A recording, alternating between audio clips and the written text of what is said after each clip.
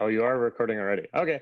So, hi, we're here on our second installment of our Motorcycles and Sweetgrass book club. And I'm Kyle. And I'm Nicole. I'm Olivia. I'm Tiffany. Vanessa.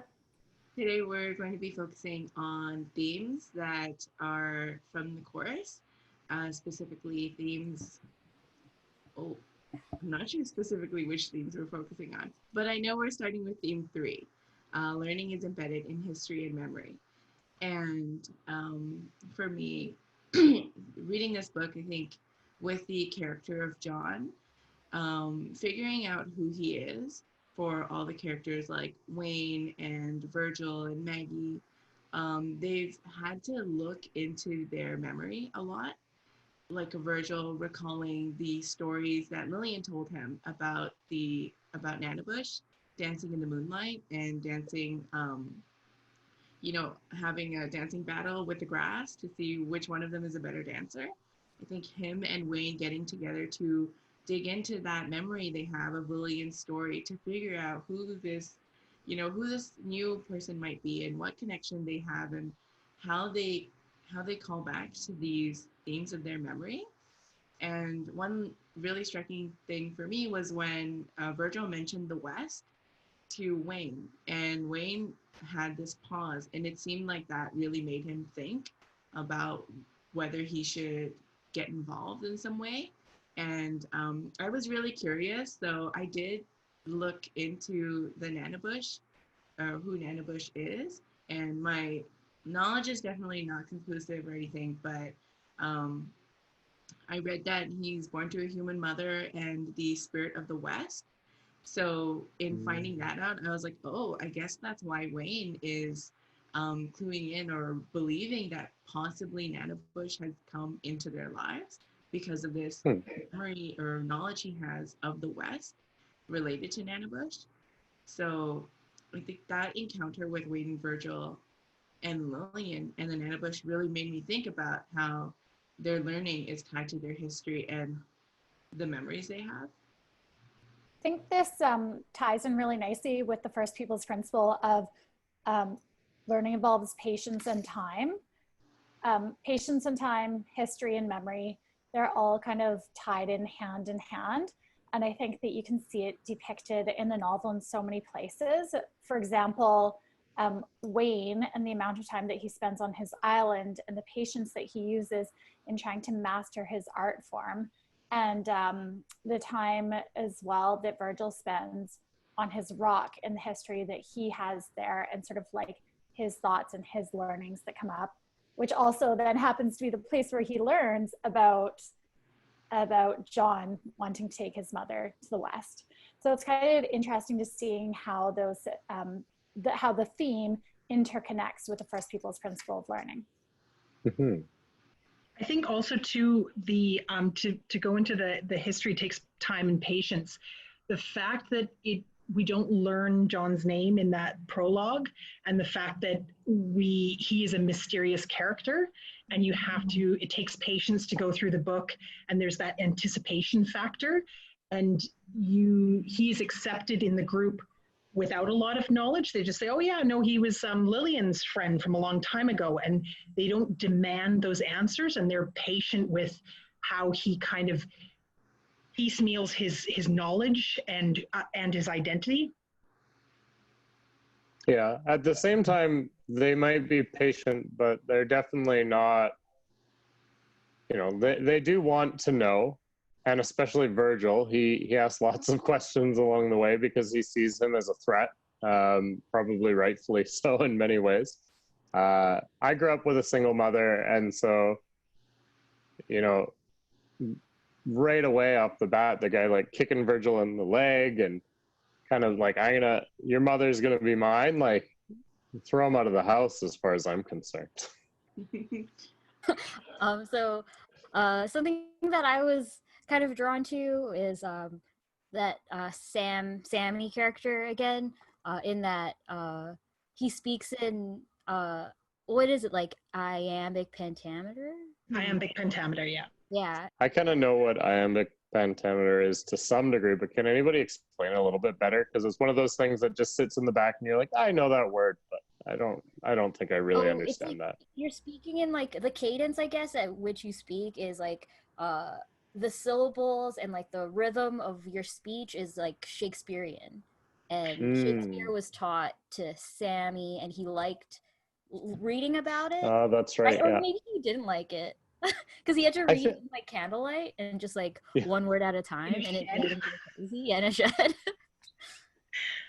Iambic pentameter is the rhythm of stressed and non-stressed syllables in the time of Shakespeare. So the quality of mercy is not strained. So there is 10 syllables and it's stress, non-stress, stress, non-stress. So, and that's, yeah, that is, and the fact that he could take that iambic pentameter meter and put the like the Anishinaabe language into it is Hmm. unreal, like, because it changes in English, it changes the word order. Like that's why one of the reasons why Shakespearean language sounds so strange, because the word choice is dictated by the syllables. So you might think you need to say the word I don't know, should, but you say must do because it has to be Hmm. syllables. So to do that Hmm. in Anishinaabe, I don't even know, my brain doesn't even compute that because it's such a different kind of language from ours. So Speaking of patience, speaking of patience in history, I thought that that was one of the funniest parts of the book when John explained the story about why he speaks in iambic pentameter and about the history about how he was abused by that father. And then the patience that he is speaking in iambic pentameter to get back at the father for the rest of his life. I thought that was hilarious. I thought that that was like one of my favorite things that I've read. Yeah, stick it to him, Sammy. Something interesting about this excerpt to me is that learning, I don't know, like the author mentioned that he's like kind of stuck in this loop because of it. And although it's like skillful and clever to be able to do this, it is like something that's he's doing while drunk and maybe not even aware of or conscious of anymore. So it's like a learning that is embedded and it's like trapping him in a way. Mm-hmm. I think about the first people's principle of learning. Learning is holistic, reflective, experiential, and relational. And I think about this in terms of Maggie, because she has this, perception of Sammy and Egg that's negative, and she's like scared of him. But when she goes there, and I think like the part that really, like twisted my heart was when he made her the toast and jam. And like, you immediately think about Lillian sneaking him toast and jam when he's, trapped in that little shed.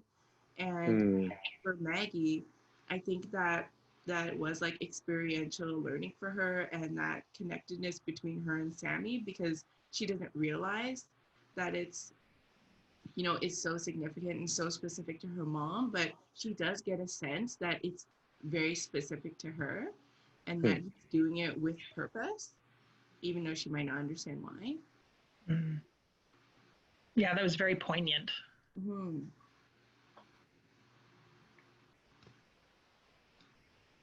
I think that could also kind of tie in with the other theme of Indigenous ways of knowing worldview and sources of knowledge. Like we know that traditionally a lot of sources of knowledge are stories. There's a lot of stories that are passed down in oral history in Indigenous culture.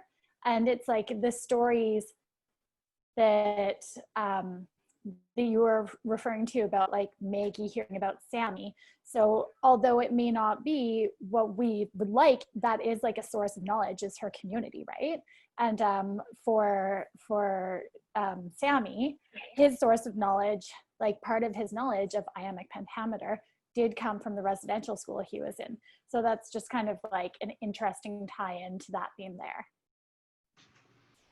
Kyle, I felt like you had a really interesting story that you told before we started recording that tied in with this about Indigenous worldview. I feel like, do you want to share it now?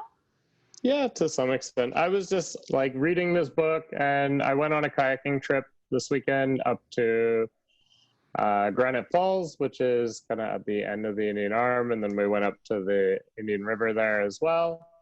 Um, and I just think that it's very interesting to look at how we use land, and reading through the book, especially kind of in the earlier chapters of our section today, they talked a lot about the conflicts that owning land causes. And they talked a little bit about the idea that in Christianity, humans are kind of divorced from the land. And that may be part of why Western ideas around land ownership are very different from Anishinaabe ideas of land ownership. Which has also made me, like, one thing I've been thinking a lot about is can we actually decolonize without de-Christianizing?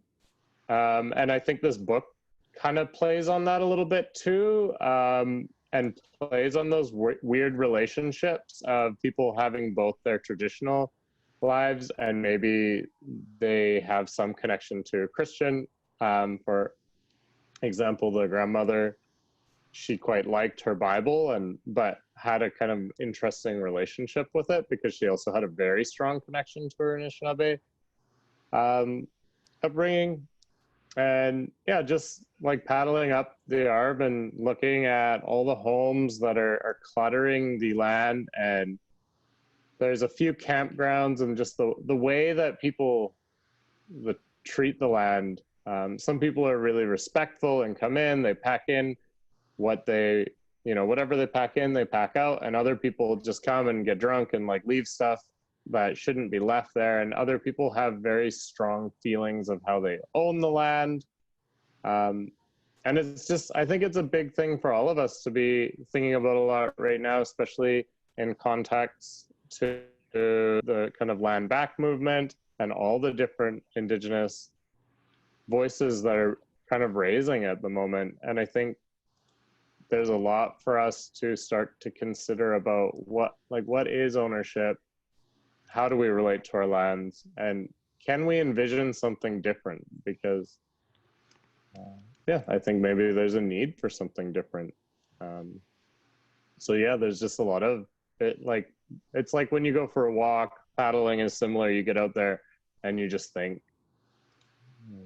and you go for hours at a time and you get a lot of time to think and look. And I think if we take our time on our land, maybe we could have more time to think about it.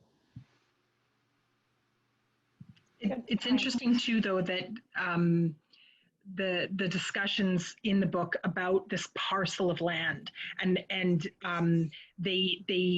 Maggie kind of laughs at the irony of, well, First Nations people are buying back the land, which is the opposite of our colonial history, and then she's the chief, and I think in the end, it does sound like her word is what will happen, but she hasn't made a decision, and she admits, we're at chapter 16, and she's just admitted to John, she just is maybe going to keep it as it is, which is a huge decision because there are so many options, and it's not to say that any of them are wrong, but some of them are money-making schemes, which can be good for the community, but there's always that negative side of it, and they have to, she has all these things sort of weigh the pros and cons, and you can tell that it's really weighing her down, because once she's made this decision, she's made it for herself, and she's made it for her community and future generations. And that is a very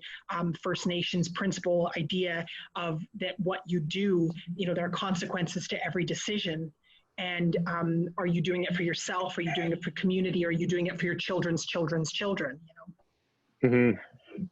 Yeah, and that, the way that we build rules and make decisions around land is really interesting and complicated. And a decision that we make now may move into become a rule or a law that lasts for a very long time.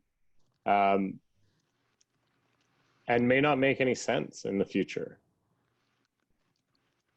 Like, for example, on the Indian Arm right now, it's very, very hard to get a permit to build a dock. And they've kind of done that to reduce some of these monster homes that are being built there. And in what context does that rule make sense? And yeah.